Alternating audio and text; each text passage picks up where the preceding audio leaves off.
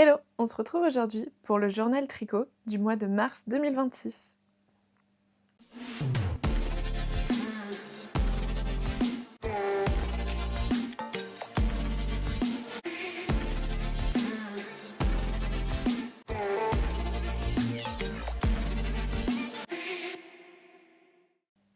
Et oui, on est déjà en mars. Je sais pas pour vous, mais de mon côté, le début d'année est passé à une vitesse folle.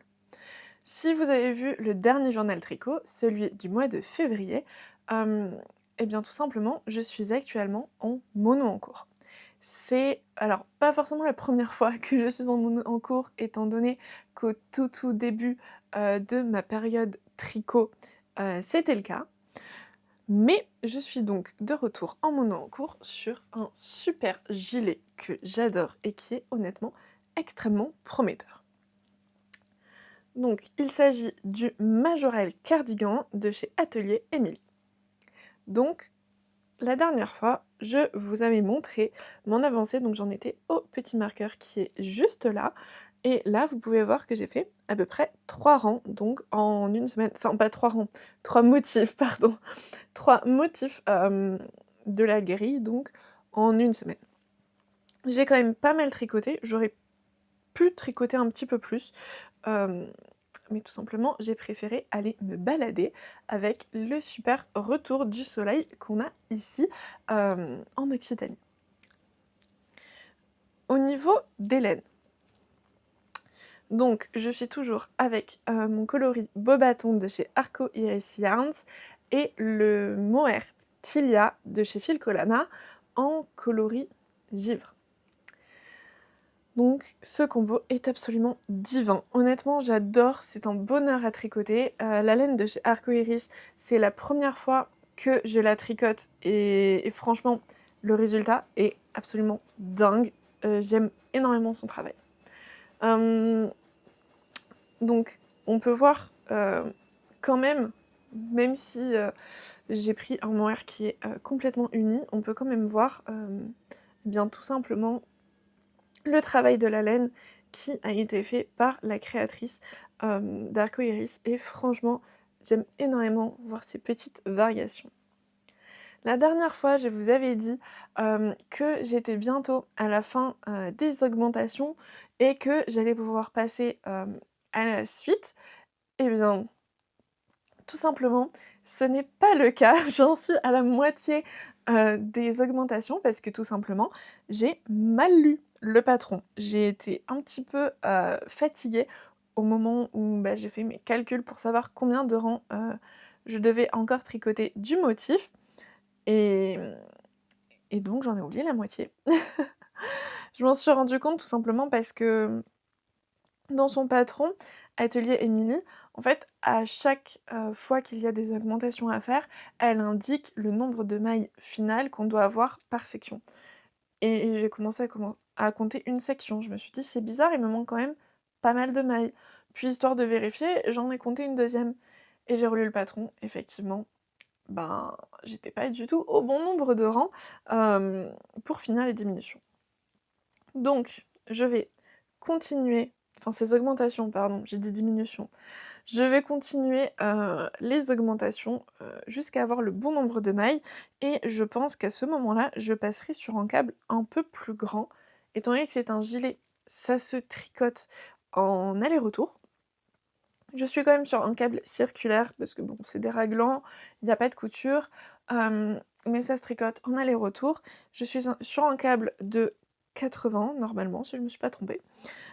Ouais, normalement je suis sur un câble de 80 et je pense qu'une fois que j'aurai fini tout ça, je vais passer sur un câble de 120 qui sera plus confortable pour moi, notamment pour essayer le tricot au fur et à mesure ensuite. Donc voilà pour cette petite merveille.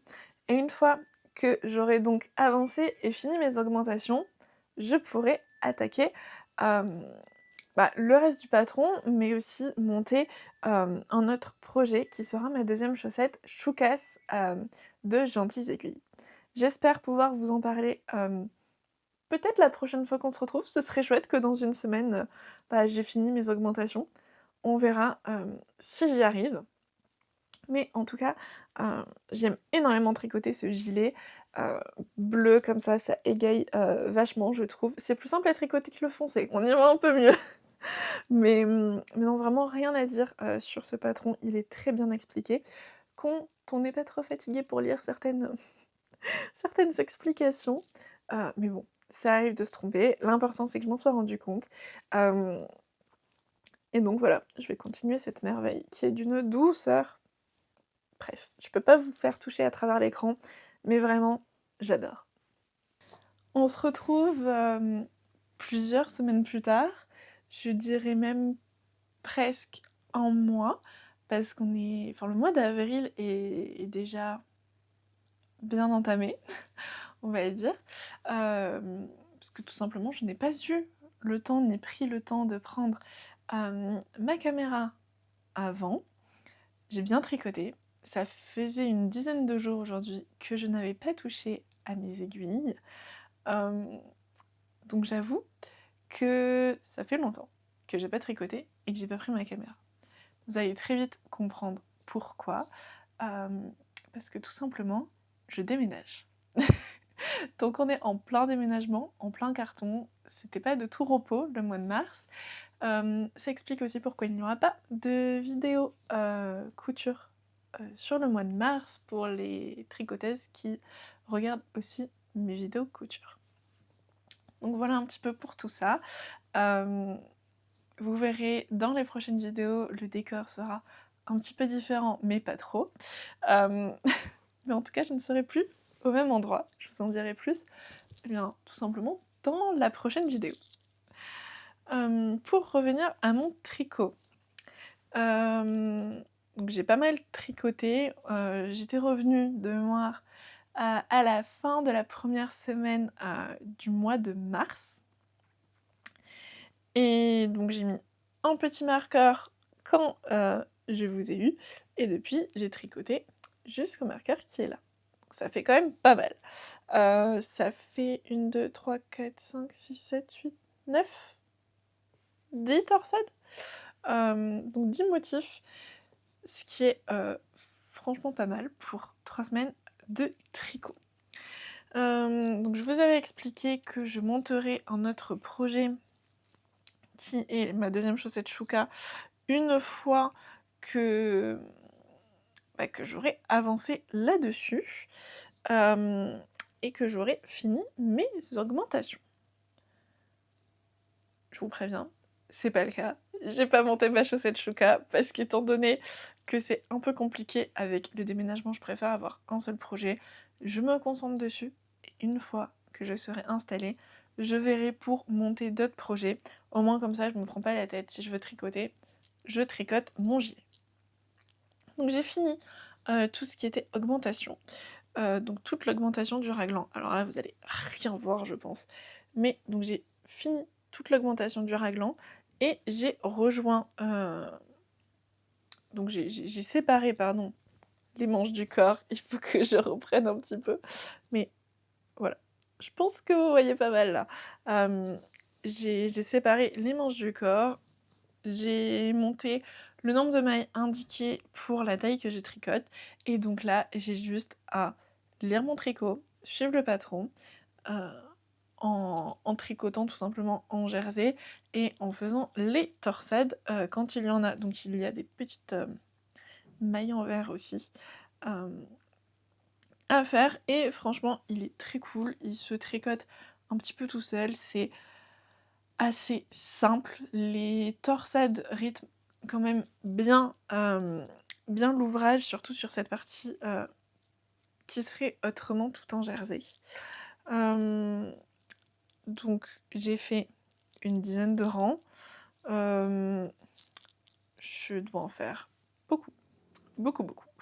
Là tout simplement je suis tout juste en dessous de la manche, donc il va me falloir encore quelques rangs pour pouvoir, aller, tout simplement à la bonne longueur pour faire un gilet. Sachant qu'en bas il y a des cottes aussi.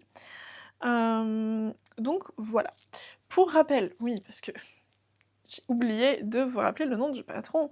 C'est un patron de chez Atelier Émilie, qui est le Majorelle Cardigan, donc qui est caractérisé par ces très jolies torsades sur les milieux devant et au niveau des raglans. Voilà, un dos plein, et pareil de l'autre côté.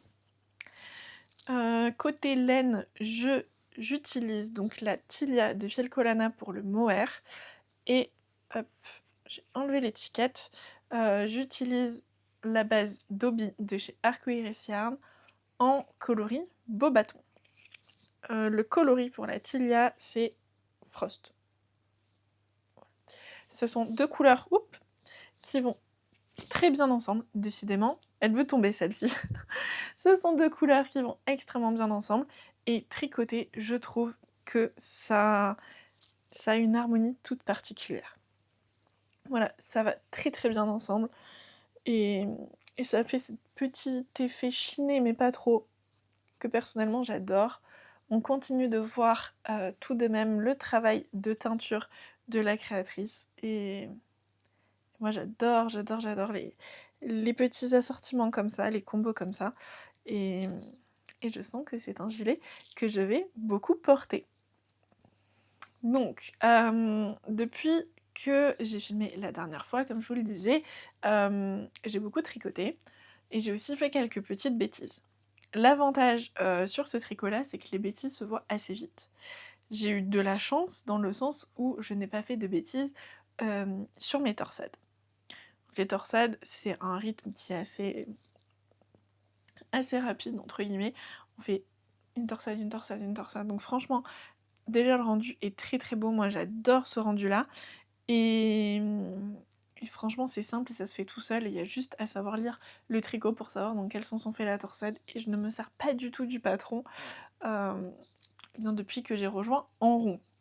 Je me suis noté le nombre de rangs qu'il fallait faire, enfin le nombre de centimètres, mais j'avoue que j'aime bien faire des produits en croix pour savoir combien de rangs je dois faire. Et comme ça me donne une indication sur quand est-ce que je dois m'arrêter. Donc j'ai fait ça. J'ai un petit peu ce chiffre en tête, autour des 80 je crois. Bref. Beaucoup. Beaucoup par rapport à ce que j'ai déjà fait. Et j'ai juste hâte d'avancer un petit peu plus là, de le revoir, ça me fait beaucoup beaucoup de bien. Et donc comme je vous le disais, j'ai fait des petites bêtises, donc pas au niveau des torsades, mais j'ai fait une augmentation supplémentaire au niveau d'un des milieux devant parce que je pense que je devais être un petit peu fatiguée. Je m'en suis rendu compte forcément une bonne dizaine de rangs après. Et au niveau du milieu devant, ça se voit beaucoup. Donc, qu'est-ce que j'ai fait? J'ai fait tomber ma maille, j'ai défait tous mes rangs, enfin, sur une seule maille, on s'entend. J'ai tout défait jusqu'à ce que l'augmentation se défasse, tout simplement.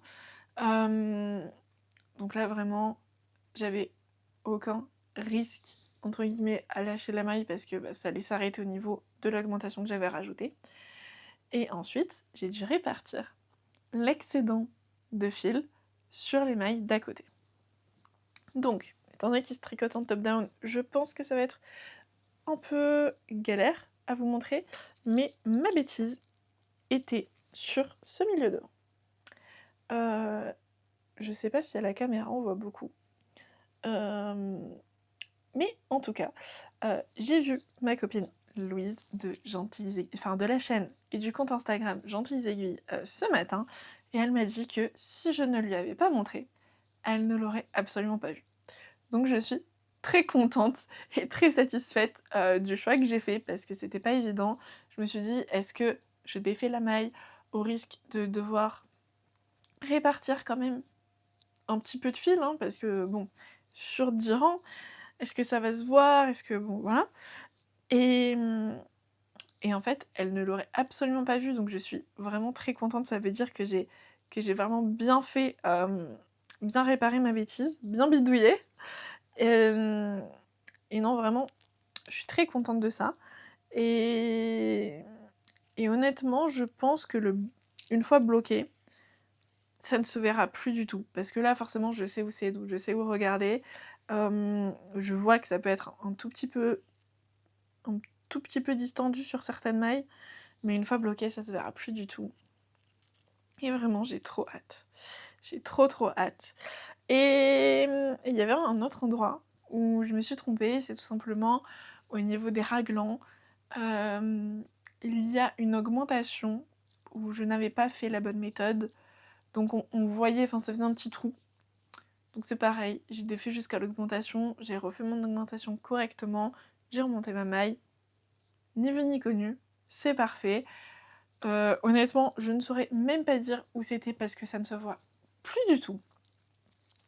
Et troisième petite bêtise, alors la deuxième petite bêtise donc que je vous disais, où j'ai fait une augmentation pas comme il l'aurait fallu, je m'en suis rendu compte 4 ans après.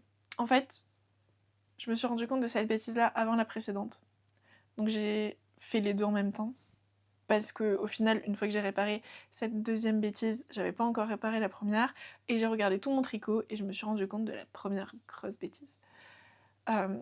Et donc c'est là où j'ai réparé du coup cette augmentation qu'il ne fallait pas faire. Et donc ensuite, troisième et dernière bêtise, un petit peu plus tard. Donc j'essaie depuis de regarder quand même un petit peu plus mon tricot et de ne pas trop tricoter quand je suis vraiment très fatiguée.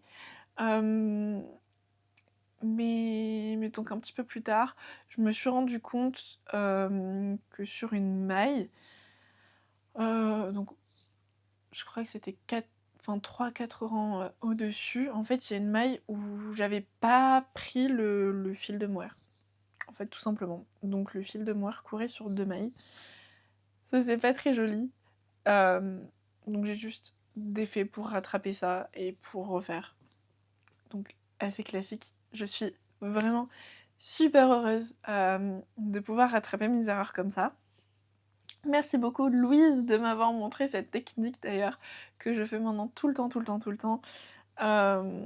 Vraiment je suis trop contente de la maîtriser et d'arriver à bien lire mon tricot maintenant, à savoir repérer les erreurs, à savoir les corriger. Et je pense que c'est aussi ça, le tricot. Et je pense qu'en fait, j'ai atteint un point où je me considère plus comme débutante, parce que tout simplement, je sais lire mon tricot et corriger mes erreurs. Et c'est vraiment super important. C'est pas très compliqué. Ça prend un petit peu de temps, mais voilà. Je suis vraiment ravie de ces progrès-là et de voir mes progrès en tricot. Donc voilà pour aujourd'hui. Je vais clôturer ce journal tricot ici. J'espère pouvoir un petit peu tricoter quand même au mois d'avril, même si les 2 prochaines semaines s'annoncent assez chargées pour moi. Ça explique aussi pourquoi je suis pas très présente sur Instagram pour celles qui me suivent là-bas. D'ailleurs, n'hésitez pas à aller me suivre. D'ailleurs, n'hésitez pas à aller me suivre là-bas sur Instagram, je suis quand même assez présente, modulo le déménagement, mais je suis quand même assez présente là-bas. Et voilà, vous verrez un petit peu plus peut-être mon tricot en story, de la couture pour celles qui aiment la couture. Et puis voilà, il y a aussi mon Ravelry en bas, si jamais vous voulez, pareil, aller me suivre là-bas, je mets mes projets à jour autant que possible. Et tout est indiqué, du grammage, en passant par la couleur. Le seul truc que je mets pas, c'est le bain, j'avoue. Mais voilà, normalement, toutes les informations sur mes tricots sont indiquées là-bas. Donc voilà, n'hésitez pas à vous abonner ici aussi. Voilà, je le dis pas souvent, mais quand je vois cette chaîne grandir, ça me fait vraiment extrêmement plaisir. Et ça me touche beaucoup, vos petits commentaires aussi sous les vidéos. Donc, je ne m'éternise pas plus ici, j'ai des cartons à faire. Donc, je vous laisse. À très vite.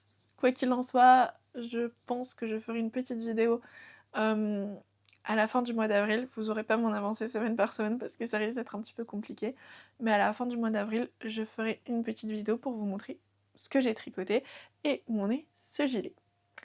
Voilà.